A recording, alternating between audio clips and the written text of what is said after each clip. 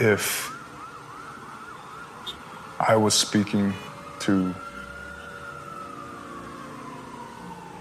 the person that was involved, I would tell him that you're my brother too.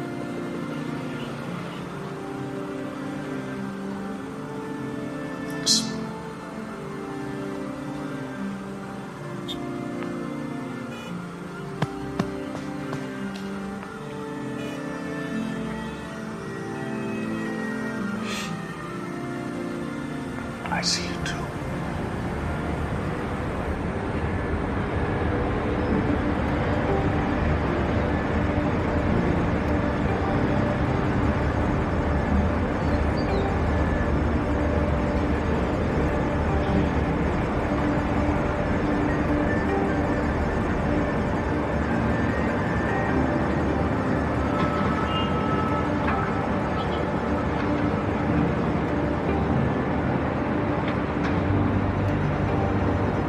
What's lacking in our community today is men, and especially in the Black community. Men are MIA, missing in action. And we cannot build a strong community without men. And it's very important for men to rise up and get involved back in the community.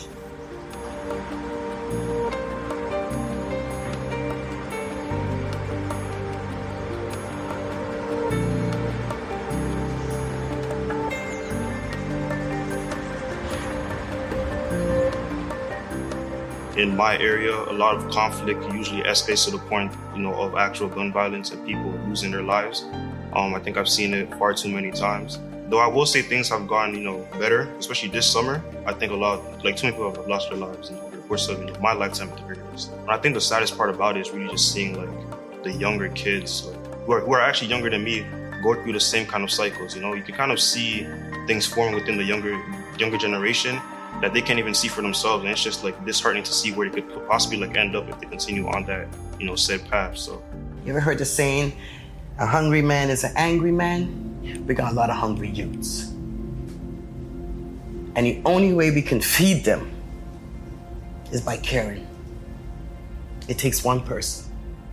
I ran this community, 12 tribes, for 5 years. They shot up my house. They did me all kinds of stuff. But did it stop me? No. Because when I saw those faces coming in that center, and I see them all coming in, and it's like, wow, they didn't have to be there at 7 o'clock in the morning. But a lot of them didn't have that motherly love. As soon as they come in the door, Miss Jake, hug. Because the first thing a child wants to know is that they're loved, they're accepted. They found a man with gunshot wounds inside the garage of a home. The garage door was open. Paramedics administered life-saving efforts, but sadly, the victim succumbed to his injuries. He's now been identified as 25-year-old Malcolm Ellis of Toronto. When it comes to the violence in Malvern, it's calmed down a lot, but there's still work to do. There's still work to get done. But thankfully, I thank God these youth are transparent with me. When they're going to do something, when they're going to fight somebody, when they're going to get into something, they'd come to me and be like, Pastor D, talk me out of it. This is what I'm going to do. Talk me out of it. And in those moments, I say, thank you, Jesus. You've given me an opportunity to stop something that could have gotten out of hand. We tend to kind of blame the youth, the ones probably who are the most misguided because of the family structure that we have now eroded. I think we are just dealing with the symptoms of what we have destroyed, as I mentioned earlier on, and I'm a living product of what that is. It's a single parent home, it's a family that's been broken because the guidelines that used to be there has been lost or taken away, and we excuse many things for not giving parents the tools they need, the resources they need. Poverty comes into the factor. Parents have to work 2 and 3 jobs. So in the end, I've learned over the last number of years that someone else or something else is actually raising our children. And our government has stepped in to try and be that guardian or parent when really they should be empowering parents to learn what it means to raise healthy children, to raise disciplined children that will become proponents and products of a society where laws don't have to be governed because the home environment provides that stability for them. So I think we need to pay attention as well to the foundational root, because the strength of a society is based on the strength of a family.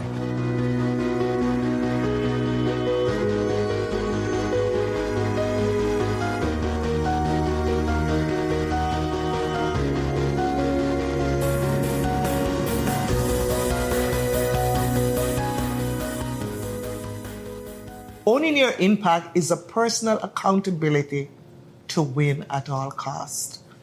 It's to know that our life will be impacted, whether it will be trauma. I say to people, there is no perfect life. Today we are right here, and tomorrow we hear the news of something that's horrible. But when you own your impact, you are taking accountability, you're taking ownership, you're willing to run the race. And let's own our impact by taking accountability, by building relationship, by loving each other, by treating each other with respect, and most of all, by celebrating and acknowledging our youth and empowering them with the tools they need to be successful. There's so much strength in our diversity. There's so much power in our collaboration. And there's so much greatness that is in each and every one of us, and I believe that.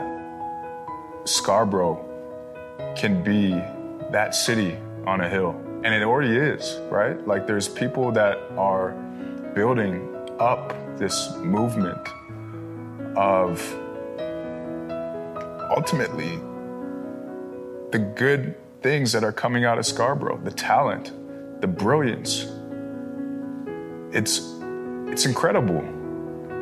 And for me, I recognize that for our young people to step into that role and to recognize that they too have something valuable in this collective movement.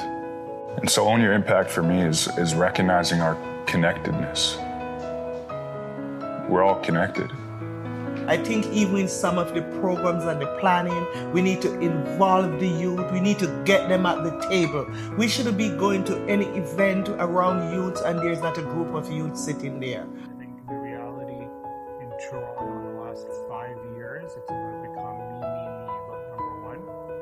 And we've forgotten what I think, when I look back to why I really appreciate going back to Scarborough meeting, I have more of a sense of connectivity and connectedness and looking out for each other. I think now, sadly, for a whole host of reasons, we've become a lot more individualistic and less collective. So I think the more we think about how we can connect with each other and bring back that sense of community will be huge.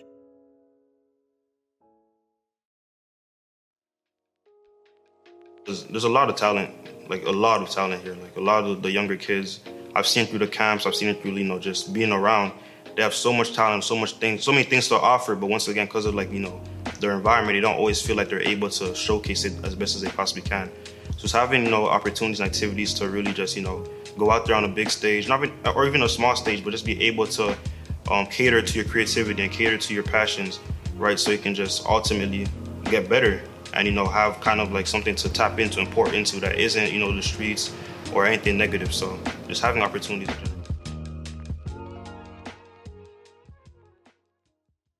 The stereotypes that we have on ourselves, we put there. And the only thing that we can really do to change it, it's all about being different in that environment. That's how I see it. The stereotypes, we build them, we make them, and that's the reason why they're there. It's all about us using our mentality and our focus to get out of it. It's not about reinventing the wheel, but it's about amplifying the good work that's being done and deciding to partner in that, deciding to take a step forward and reaching out and saying, look, I love what you're doing. How can I be involved? How can I support what you're doing? And so for me, that was just, putting myself out there. And I'm typically more reserved when it comes to reaching out, but for things that are in alignment with the purpose and mission that God has put on my heart, it was almost effortless for me. When I was young and free and my imagination had no limit, I dreamed of changing the world, but the world would not change. So I shortened my sights somewhat and decided to change only my country, but that too seemed movable. And as I grew older and wiser, I decided to change only my family and those closest to me. But still, they would not change. And now as I lay on my deathbed, it occurred to me that if I'd only changed myself first, then by example, I would have changed my family and possibly my community. And who knows, as a result of that impact, I may have been able to have an effect on my country. And who knows, I may have been able to change the world.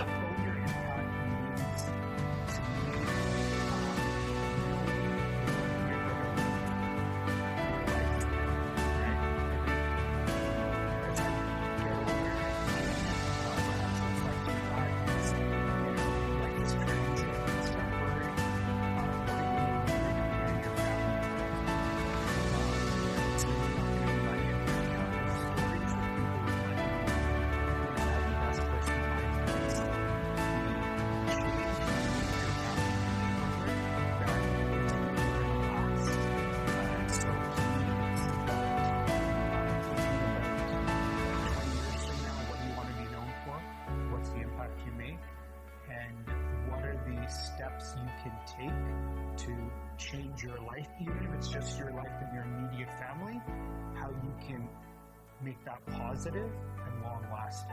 We don't need everyone to make change in their community, in their neighborhood. It starts individually, and that's for me and for everyone. And I think that sense of empowerment is powerful, and why I appreciate this initiative.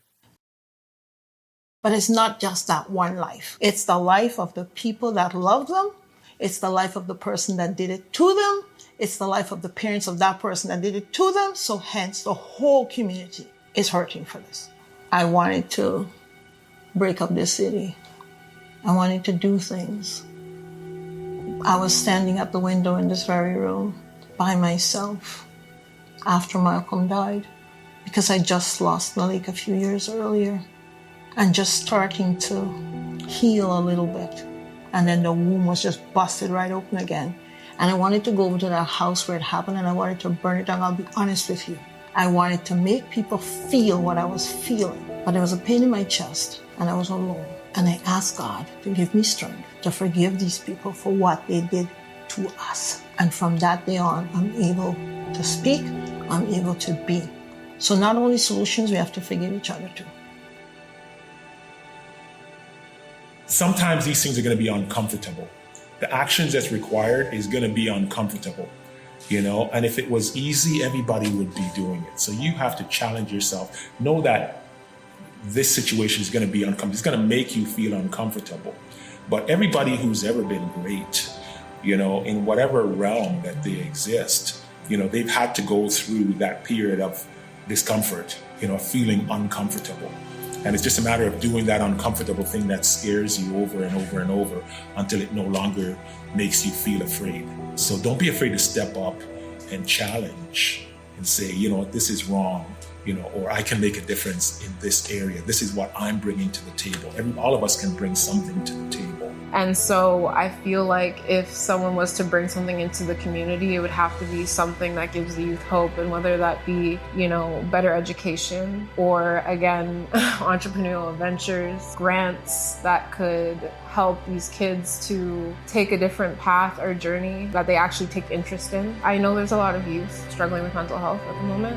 And I personally struggled with mental health when I was 14. I tried to take my life. And one thing I wish someone would have told me is that it does eventually get better. It doesn't get easier, but it does get better. Blessings do come into your life, and it does get brighter. You do end up seeing the light at the end of the tunnel. And if nothing changes, nothing changes, right?